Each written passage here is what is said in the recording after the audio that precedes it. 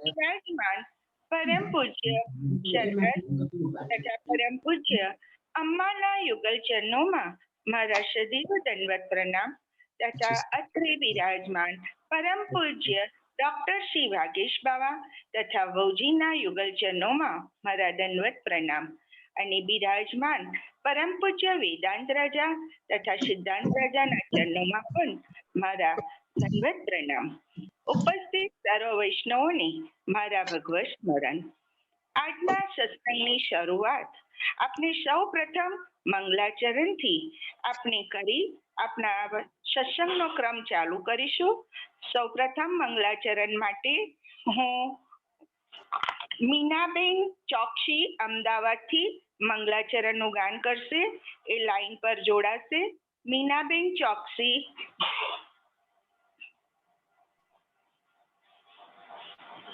આપણે જારી ઠોકે. મીનાબેન ચોકસી. જીગુભાઈ. હા આવી ગયા છે જીગુભાઈ. श्री वल्लभाधीश की जय, श्री द्वारिकाधीश की जय, श्री तृतीय गुरु परिवार की जय. युगल चरणों में दंडवत प्रणाम. जय मंगला चरणों. चिंता संतान हंतारो यत्पादाम्बुजरेणव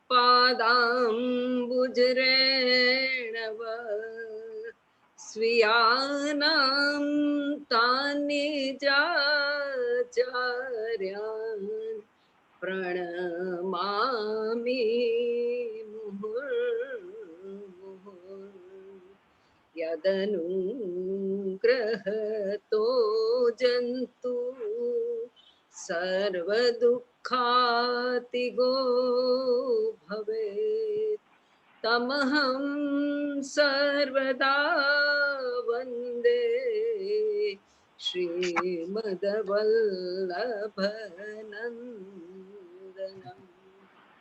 अज्ञानतिमिरान्धस्य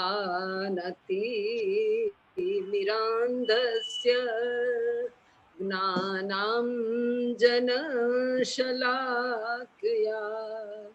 चक्षुरुन्मीलितं येन तस्मै श्री गुरुवे नमः. नमामि हृदये शेषे लीलाक्षिराब्धिशायिनम्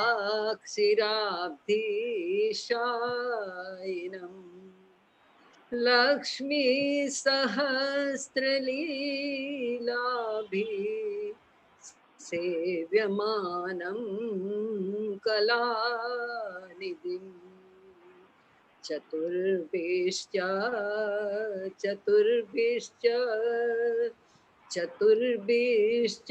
त्रिभिस्तथा षड्भिर्विराजते योऽसौ पंचधा हृदये मम. पंचधा हृदये. શ્રી યુગલ ચરણોમાં દંડવત પ્રણામ. બહુ સરસ મીનાબેન. હવે આપણે આજના સત્સંગના ક્રમની શરૂઆત કરતા પહેલા હું ઝૂમ મીટિંગમાં જોડાયેલ સર્વ વૈષ્ણવોને એક મેસેજ આપી રહી છું. તે બરાબર ધ્યાનથી સાંભળી લેશો કે આગામી આપણા ઝૂમ મીટિંગનું આપણા આ ઝૂમ મીટિંગ દ્વારા આપણી તારીખ 21ના શરદ પૂનમના ઉપલક્ષમાં રાસોત્સવનો પ્રોગ્રામ બેઠક મંદિર કેવડાવાડ વડોદરા આપને પ્રોગ્રામ નક્કી કરેલો છે વલ્લભકુળ પરિવારની ઉપસ્થિતિમાં. પણ એની આ ઝૂમ મીટિંગ દ્વારા લાઈવ પ્રસારણ આપને સર્વ વૈષ્ણવો એના દર્શનનો લાભ લઈ શકે એ હેતુથી આપણે એ લિંક આપના દરેક ગ્રુપમાં મૂકવામાં આવશે. તો સૌ વૈષ્ણવો એનો લાભ લેશો. હવે આજના સત્સંગની શરૂઆત માટે હું સરકારશ્રીને નમ્ર નિવેદન કરી રહી છું કે હવે આપ વચનામૃતનો ક્રમ લઈ અમને કૃતાર્થ કરશો. શ્રી વલ્લભાધીશ કી જય. श्री द्वारकेश केशव केश विशेष स्तुतैक गुणलेश श्री शारदेश येष प्रणत सुवेश त्वयि नतिर्मे आचार्यवाच प्रणमामि भाष्य सुबोधने सायराश्रयास्ताः मत्स्वान्तमागत्य कृपाप्लुतास्ताः मदीय वाचं रचयन्तु अलङ्कृतिम्.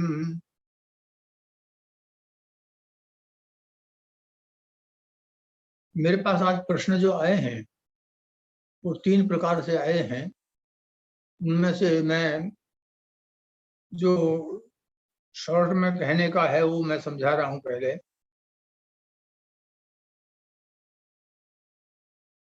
इसमें मैं पूछा है कि आपने आज्ञा से सेवे स्वरूप ने हमें सखड़ी भोग धरीए છીએ પણ સખડી ભોગનું મહત્વ આપ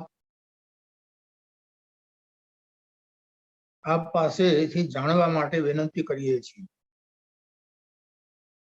देखिए, सखड़ी भोग का महत्व कोई विशेष होता है ऐसा नहीं. सभी भोग का महत्व है. जो भी भोग धरते हैं आप उन सब का महत्व है, लेकिन सबकी अलग अलग पद्धति है. मैंने ये बात पहले कही है, लेकिन फिर अभी पूछा है तो मैं फिर उसको समझाता हूँ थोड़ा सा. ये एक प्रश्न था. शुक्ल यजुर्वेद की परंपरा में एक कथानक है, उसमें ये प्रश्न कहा गया है कि याज्ञवल्क्य महर्षि जब उनको कुछ प्रश्न उठते थे तो महाराज जनक के पास जाकर पूछते थे.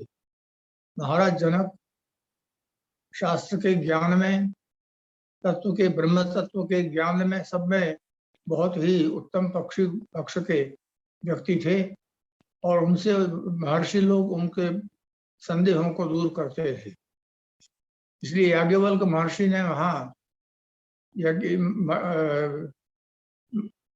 जनक महाराज से पूछा कि हमें यज्ञ करने की जो आज्ञा दी गई है, क्योंकि वह वेद ने कहा है यावत जीवम अग्निहोत्रम जुहुयात्, मनुष्य का जीवन जब तक है तब तक उसे अग्निहोत्र करना चाहिए. अब ये अग्निहोत्र करने चाहिए कि जो वेद की आज्ञा है उसका पालन श्रीमद आचार्य चरण ने किस प्रकार से किया है, ये उसका एक लक्षण है, प्रकार है. तो महर्षि याज्ञवल्क्य पूछते हैं कि वेद में यज्ञ करने की जितनी सामग्रियां बताई गई हैं कि जिन इन चीजों से यज्ञ हो सकता है, वो सब सामग्री अगर नहीं मिले तो हम क्या करें. तो ये जनक महाराज कहते हैं कि सब सामग्रियां अगर उपलब्ध नहीं होती हों तो 5 प्रकार की संविधाओं का वर्णन है जिनसे यज्ञ करिए. तो 5 प्रकार की समुदाय भी न मिले तो महर्षि ने जब पूछा तो उन्होंने कहा तो फिर वन के किसी भी काष्ठ से करिए, और वन का कोई काष्ठ न मिला तो क्या करें, तो फिर आज्य घी से करिए. श्रीमद आचार्य चरणों ने अपन को जो सेवा प्रदान की है, उसी प्रभु को जो भोग समर्पित करते हैं वो एक यज्ञ ही है, क्योंकि वैश्वानर में उनकी आहुति है. ये जो है यज्ञ, उसमें जो 4 प्रकार अभी जनक महाराज ने बतलाए थे, वो चारों प्रकार श्री महाप्रभु जी ने अपन को बतलाए हैं. जितनी भी सामग्री मिले, अपन भोज्य में, भोजन में जितनी चीजों का उपयोग करते हैं, उन चीजों का उपयोग करके जो चीज बनाई जाए वो मुख्य यज्ञ है. अर्थात संपूर्ण सामग्रियों के साथ जो यज्ञ किया जाता है वो यज्ञ है. तो ये महाप्रभु जी ने अपन को सखड़ी सामग्री के रूप में बताया कि जितनी चीज अपन सखड़ी में बनाते हैं, भोग धरते हैं, खाते हैं, वो सब धरना चाहिए.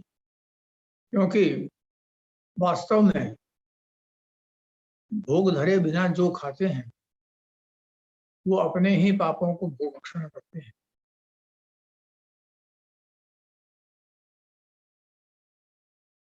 ये पचंत्यात्म कारणात्म स्पष्ट निरूपण है। जो केवल अपने लिए पकाते हैं वो अपने ही दोषों को भक्षण करते हैं। इसलिए अपन जो बनाते हैं वो श्री प्रभु को सामग्री समय सहित समर्पित जब करते हैं तो वो यज्ञ वो ऐसा है कि पूरा यज्ञ है। और ये पूरा यज्ञ जब अपन नहीं कर पाते तो अपन कहते हैं कि भाई ये सखड़ी भोग सब तक की सामग्री का तो सिद्ध होना हमसे बनता नहीं। तो फिर उन्होंने कहा कि 5 संविधाओं से करो। वो 5 संविधानों का प्रकार है अपने यहाँ अनसखड़ी भोग, जो अपन घंटा वगैरह का क्रम लेकर करते हैं, वो अनसखड़ी भोग धरते हैं। मैं एक बतला दूं आपको कि सखड़ी, अनसखड़ी, दूधघर और मिश्री, ये 4 प्रकार के भोग हैं। अब इसमें कुछ प्रकार दूसरे बनते चले गए हैं, वो नई पद्धतियां हैं, उनका मैं विश्लेषण अभी नहीं करना चाहता हूँ। परंतु जो अनसखड़ी भोग धरने का प्रकार लेते हैं वो 5 संविधाओं का यज्ञ है।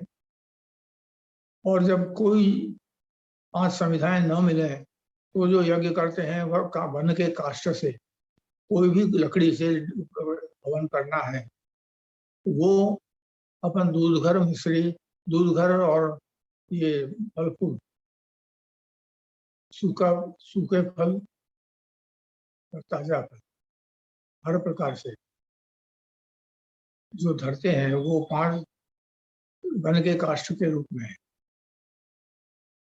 और वन के काष्ठ भी नहीं मिले तो आप श्री ने, महाराज जनक ने कहा कि केवल घी से करो। इसी प्रकार श्रीमद आचार्य चरण आज्ञा करते हैं, कोई चीज नहीं कर सको तो केवल मिश्री धरो। ये जो अपने यहाँ की पद्धति है वो ये सब संपूर्ण यज्ञ की है। और ये यज्ञ ही अपन सेवा करते हैं, वो सेवा यज्ञ है। तो उस यज्ञ का प्रकार समझना चाहिए। तो उसमें ये एक वस्तु विशेष करके मैं बताऊंगा, ये जो है आजकल की पद्धति में जब ठाकुर जी को सेव्य करवाने के लिए आते हैं तब वो सेव्य ठाकुर जी हम जो पद्धति है उसके अनुसार करते हैं जब, तो हम उनसे पूछते हैं कि आप क्या करेंगे। हम नहीं बताएंगे कि आपको सखड़ी भोग धरना है, अनसखड़ी भोग धरना है कि क्या धरना है। वो जिम्मेदारी हम अपने ऊपर नहीं लेते। ये जिम्मेदारी आपकी है कि आप क्या कर सकते हैं।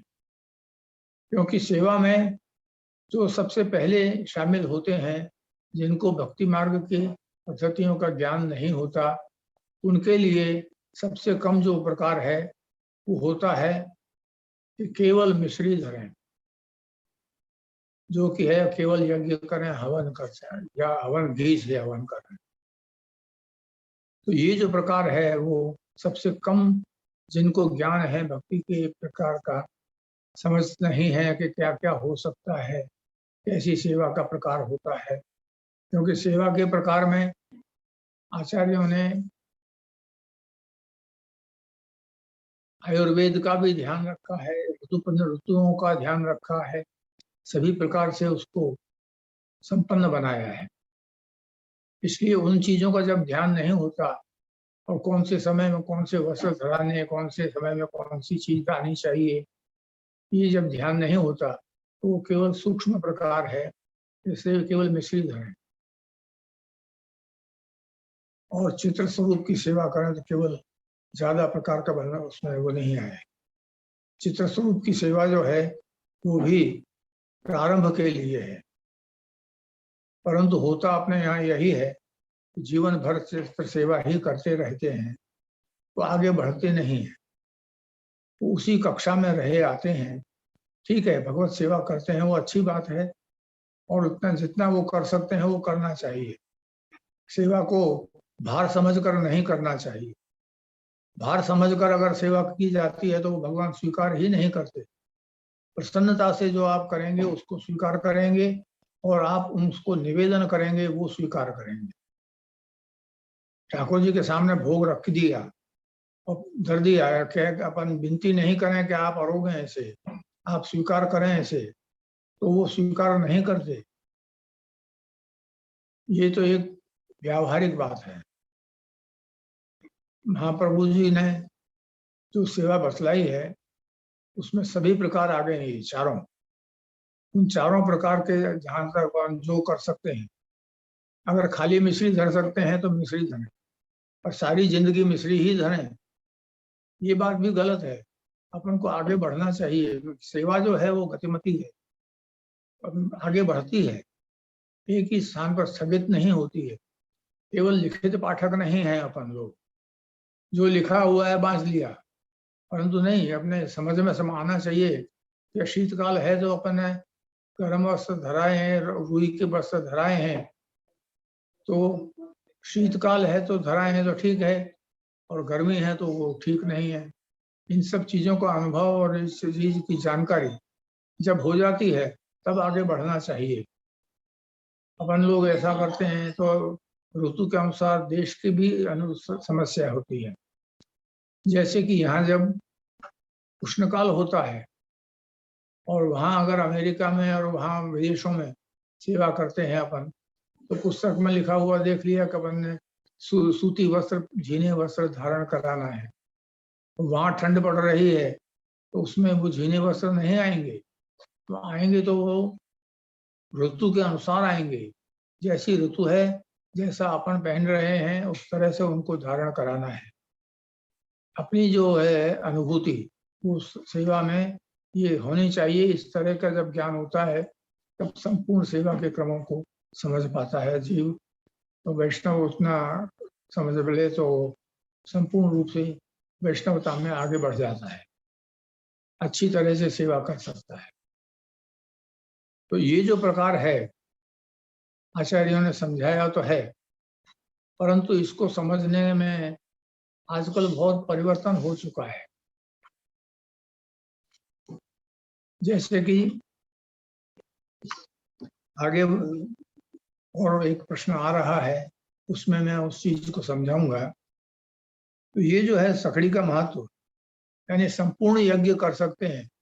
अपन को जो यज्ञ करना है वो संपूर्ण रूप से यज्ञ करना है, संपूर्ण सेवा करनी है। तो जो अपन भोजन करते हैं वो बना के अपन खवा सकते हैं, श्री प्रभु को भोजन करा सकते हैं। ध्यान वो भी रखना है कि क्या चीज भगवान आरोगते हैं, क्या चीज नहीं आरोगते। भगवान के लिए जो चीज अयोग्य के योग्य नहीं है, नाम दुष्ट, गंध दुष्ट और स्वरूप दुष्ट, तीन प्रकार की चीजों को भगवान स्वीकार नहीं करते। इसलिए इनका विचार करके अपन को करना चाहिए। सेवा का प्रकार इस तरह से ही चलता है। ये संपूर्ण सेवा के विषय में मैंने समझाया। अब दूसरा प्रश्न है कि अहमदाबाद रायपुर में श्री द्वारकाधीश का मंदिर है, उसमें जो श्री प्रभु विराजते हैं उनकी वार्ता क्या है, उनका महात्म्य का कृपा करके समझता से समझाओ। तो मैं ये समझाता हूँ कि आपके श्री द्वारकाधीश प्रभु जब ब्रज में विराज रहे थे, गोकुल में विराज रहे थे, उस समय एक विवाद हुआ था। ब्रजनाथ जी और ये सब भाई थे यहाँ, श्री गोसाई जी के पुत्र, बालकृष्ण जी के पुत्रों में से। इन लोगों के उस समय वहाँ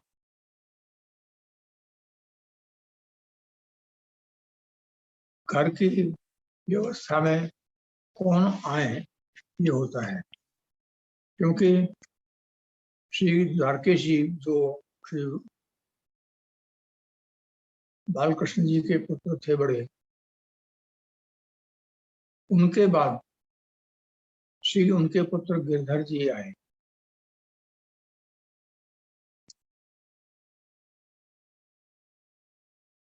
और गिरधर जी के पुत्र हुए श्री द्वारकानाथ जी। और श्री द्वारकानाथ जी के समय द्वारकानाथ जी पधार गए लीला में, वो विषय अलग है, परंतु उसको मैं समझाना नहीं चाहता थी। पर लीला में पधार गए तो उनके जगह श्री गिरधर जी को बालक गोद लेना था। जब तक की जो पद्धति होती है, महाप्रभु जी ने गोद की पद्धति इसलिए रखी है कि वल्लभ वंश ही बने, वल्लभ वंश के अतिरिक्त उसमें न आ पाए, इसलिए उसको शब्द को अलग नाम दिया है गोद ले। अब वो गोद लेने की जो पद्धति होती है उसमें श्री गिरधर जी ने अपने, क्योंकि ये 5 भाई थे, 6 भाई थे, उनमें द्वारकेश जी के बाद जो दूसरे भाई थे, उनके बाद जो दूसरे भाई थे, उनके यहाँ जैसे दूसरे भाई जो थे उनके वंश में पुत्र एक ही थे। एक पुत्र जो दूसरे के वंश में होता है वो गोद नहीं दिया जाता, वो उसके वंश के उसके घर के लिए रहता है।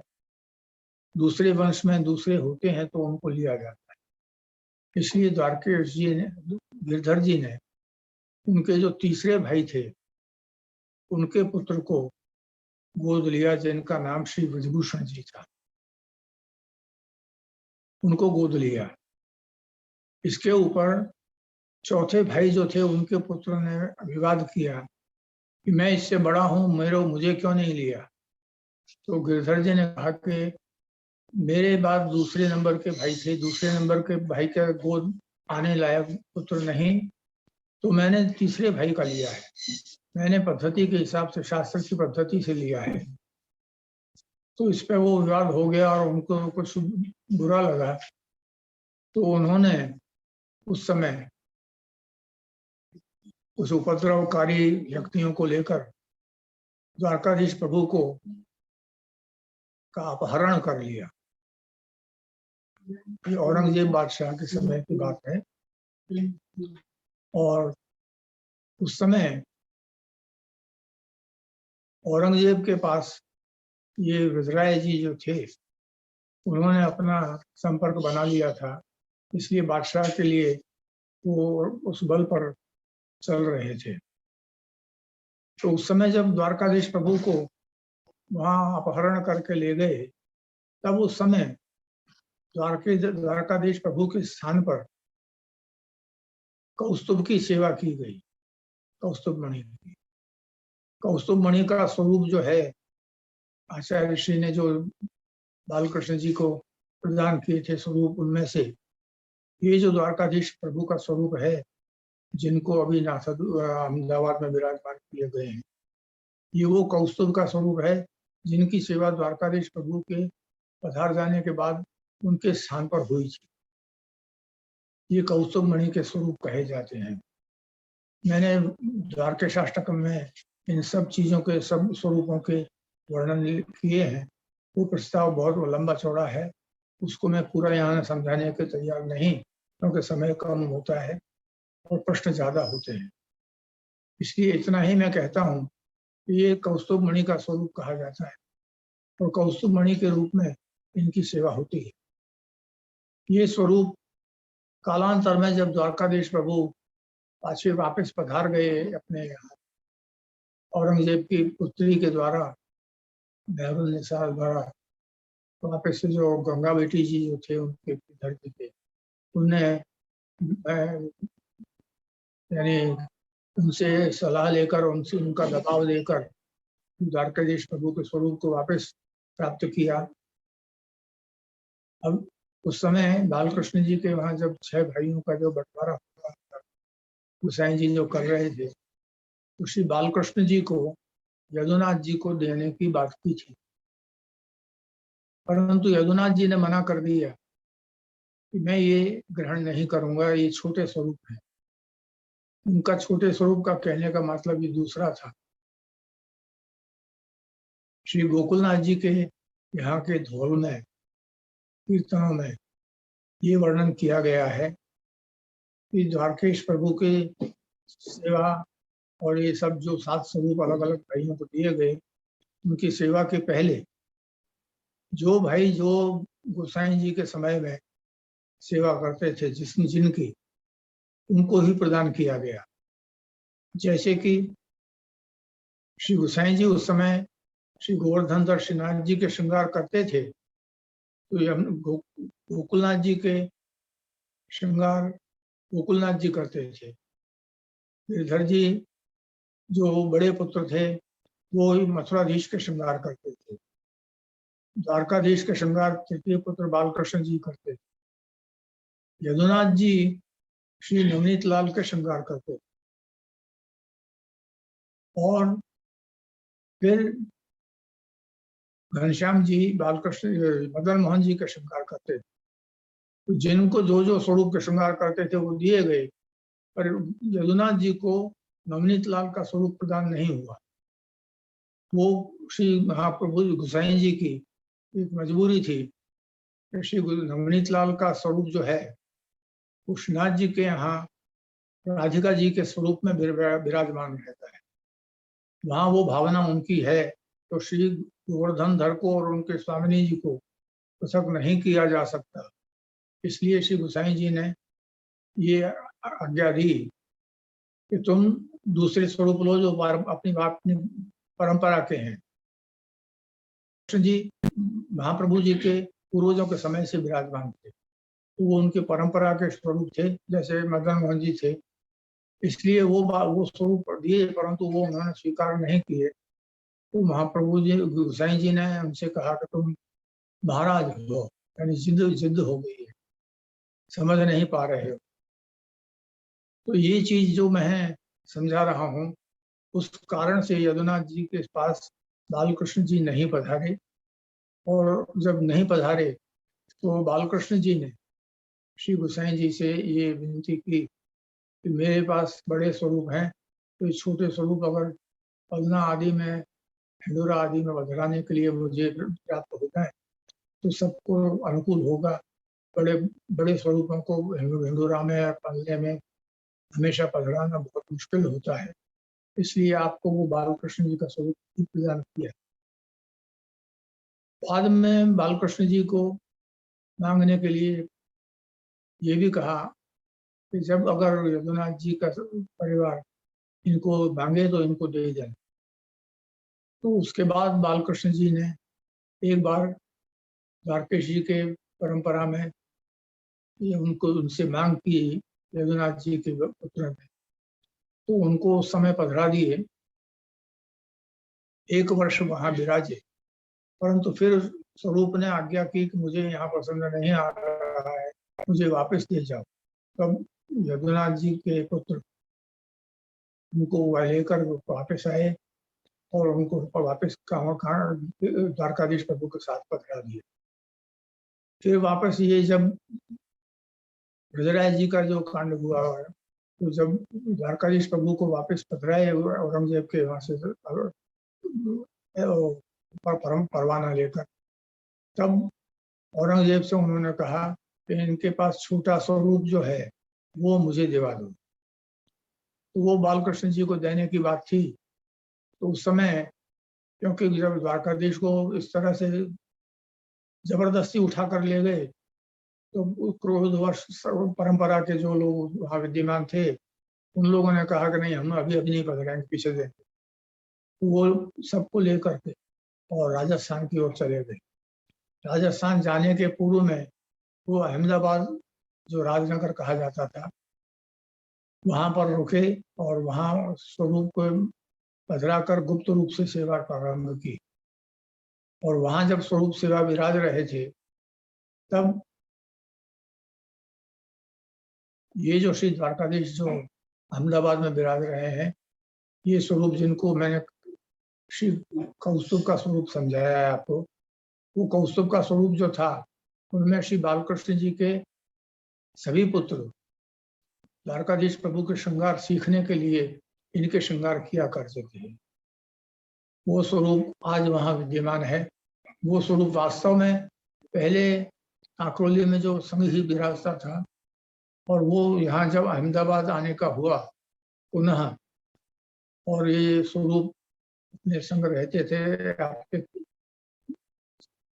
जहाँ बाहर प्रदेश में जाना होता था तो सब बालकों के जो आचार्य परंपरा में उस समय थे आते थे, उनके पास विराजते।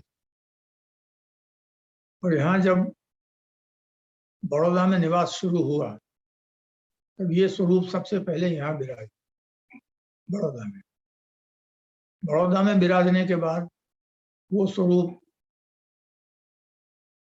जब यहाँ आकर के और बालकृष्ण जी को ब्रजनाथ जी वापस ले गए, ब्रजराय जी वापस ले गए, तब पलना में से उठा करके ले गए। तब जो ये स्वरूप को अहमदाबाद छोड़ करके और राजस्थान में जहाँ बादशाही हुक्म न चलता हो ऐसे स्थान पर जाने का निश्चय किया, और वहां से अहमदाबाद से प्रस्थान करके राजस्थान में पहुंचे। अब राजस्थान की पूरी बात करना बहुत लंबा चौड़ा है, इसलिए मैं नहीं करूंगा। लेकिन ये जो स्वरूप है ये वहाँ विराजते थे। और ये श्री जब अहमदाबाद यहाँ बड़ौदा में मंदिर सभी जगह लेकर श्री बालकेश जी के परंपरा में जो श्री विठलनाथ जी और गोकुलनाथ जी दो भाई थे, उनके पुत्र श्री विठलनाथ जी के पुत्र ब्रजभूषण जी थे। वो जब यहाँ बड़ौदा निवास किया, उन्होंने बड़ौदा में जगह ली और यहाँ ये मंदिर बनाया जिसको बैठक मंदिर कहा जाता है। वहाँ उन स्वरूप को पधरा करके आए थे। और अहमदाबाद रहने का तो होना था और वहाँ विराजते थे दूसरे स्वरूप, और इन स्वरूप को यहाँ पधरा लिया। तो अहमदाबाद में ये पीछे विराजे वापस, क्योंकि बात एक ऐसी हुई कि ब्रजभूषण जी महाराज अहमदाबाद भी विराजते थे, क्योंकि वहाँ मंदिर था ही पुराना, द्वारकाधीश पधारे थे तब से। तो वहाँ जब विराजते थे सब स्वरूप ये, तो वहाँ सेवा करते थे। परंतु वो ये स्वरूप थे जो अभी यहाँ बड़ौदा में विराज रहे हैं, वो वहाँ पधारे थे। और उन जो कौस्तुभ स्वरूप जो कहे जाते हैं उनको यहाँ बड़ौदा में पधराया।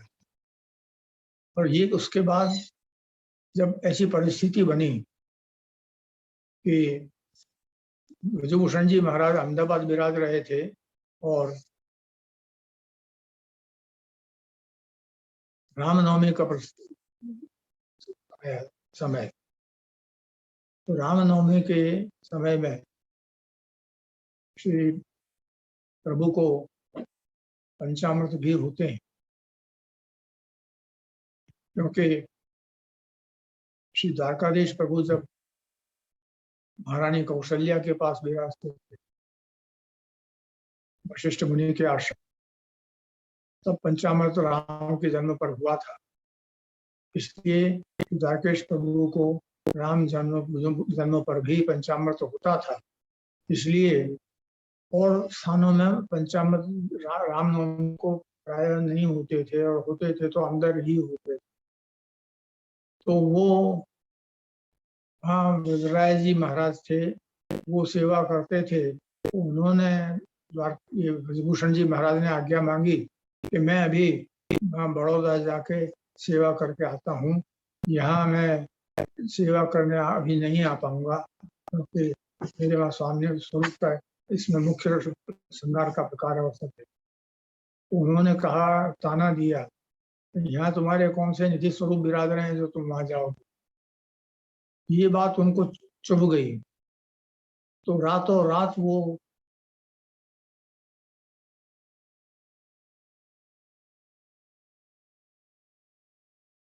सारणी कहा जाता है ऊंट को, ऊंट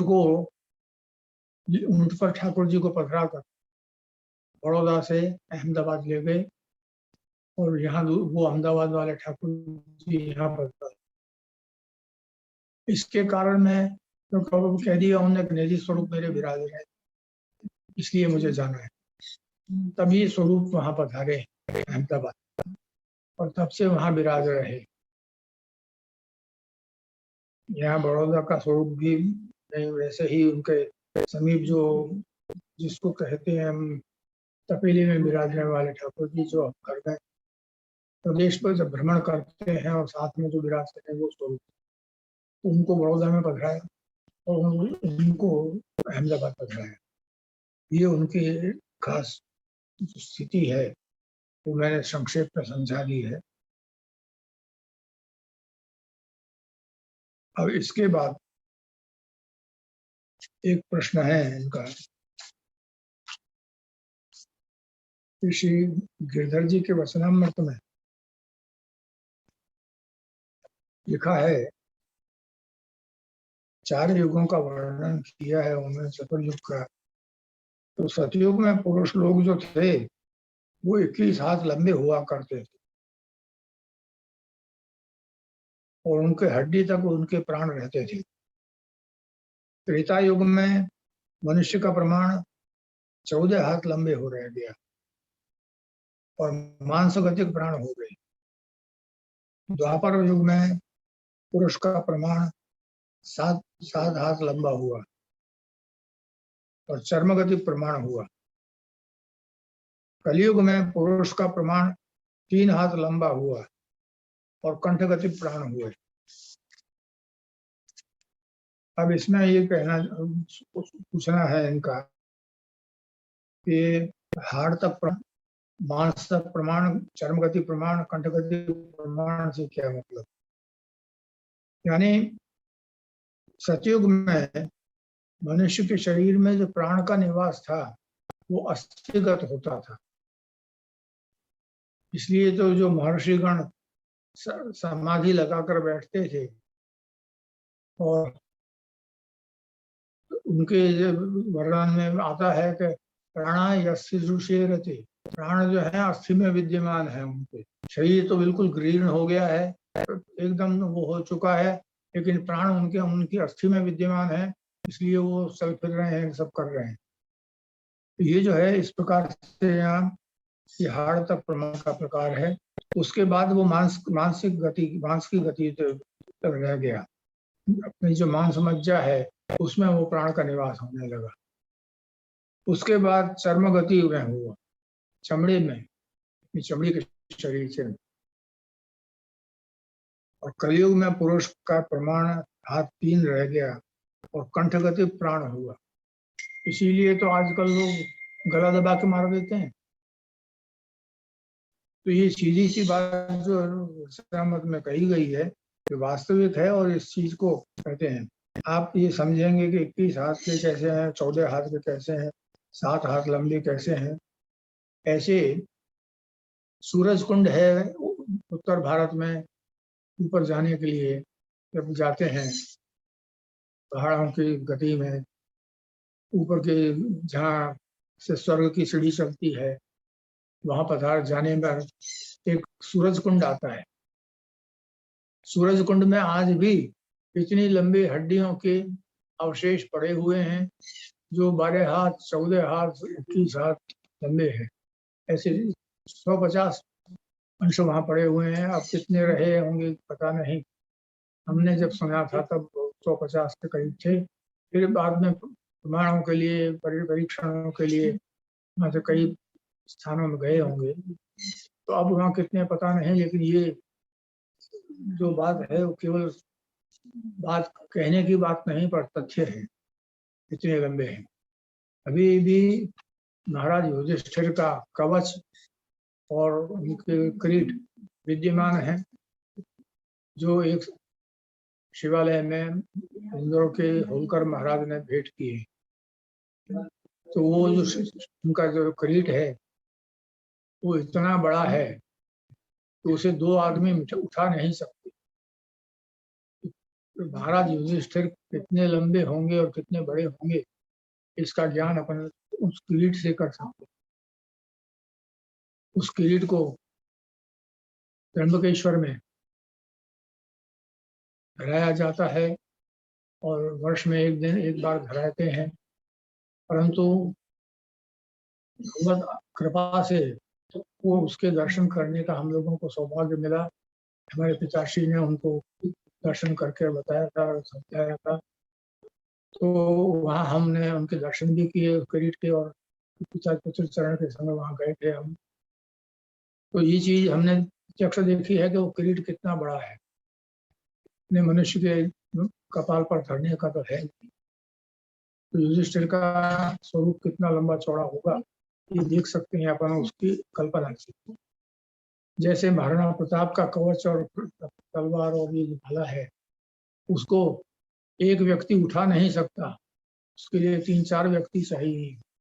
महाराणा प्रताप के सामर्थ्य की इससे कोई पूर्ति होती है तो समझ में आता है। तो ये समझ आज के जमान की तुलना में अपन अब उनकी तुलना करने जाएं तो उचित नहीं। ऐसे ही जहाँ जिसको अपन गांधार देश कहते हैं, जहाँ अभी आतंकवादियों का क्रम चल रहा है, उसमें आतंक की चर्चा नहीं कर रहा हूँ, मैं चर्चा कर रहा हूँ कि वहाँ के जो बादशाह थे, उन बादशाह ने भूमिगत खजाना कोई बनाया था या कुछ किया था। उनके 7 पहरेदार थे, उन लोगों को अलग अलग स्थान की चाबी दी हुई थी। ऐसा एक वर्णन पाश्चात्य पुस्तकों में मैंने देखा है, क्योंकि ये उस समय की बात है जब ये ब्रिटिश पीरियड में यहाँ थे। उसके बाद जब ये घटना बदली और आतंकियों ने जब उस प्रदेश पर आक्रमण किया, तो वहाँ जो एक बुद्ध की प्रतिमा थी, उस प्रतिमा को तोड़ा उन्होंने, शायद यहाँ से गुप्त केंद्र का मार्ग मिल जाए। ये उस समय ये चर्चा हमने सुनी थी। इसलिए ये है कि वहाँ उसमें उन्होंने जो जिन विदेशी या पर्यटक को जो वहाँ के अफगान के बादशाह थे उन्होंने संग ले जा करके उनका जो तहखाना दिखाया था, भूगत जो सामान रखा था, वहाँ उन विदेशी यात्री ने जो उनके संग थे उन्होंने लिखा है कि वहाँ 300 प्रतिमाएं 15-17 फुट ऊंची इन राजाओं की रखी हुई हैं, और वहाँ के प्रदेश के व्यक्तियों की प्रतिमाएं इतनी लंबी वहाँ मौजूद हैं। अब इन चीजों की देखने की और करने की तो बात संभव लगती नहीं है, परंतु ये उनका लेखन जो है विदेशी का वो उपलब्ध होता है और उससे ये समझा आता है। उनके सिवाय और उस खजाने में कोई भी नहीं जाता है सिवाय उन बादशाह के, और वो अब बादशाह का भी अवशेष नहीं रहा है ऐसा सुनने में आया है। पता नहीं उनकी क्या स्थिति होगी।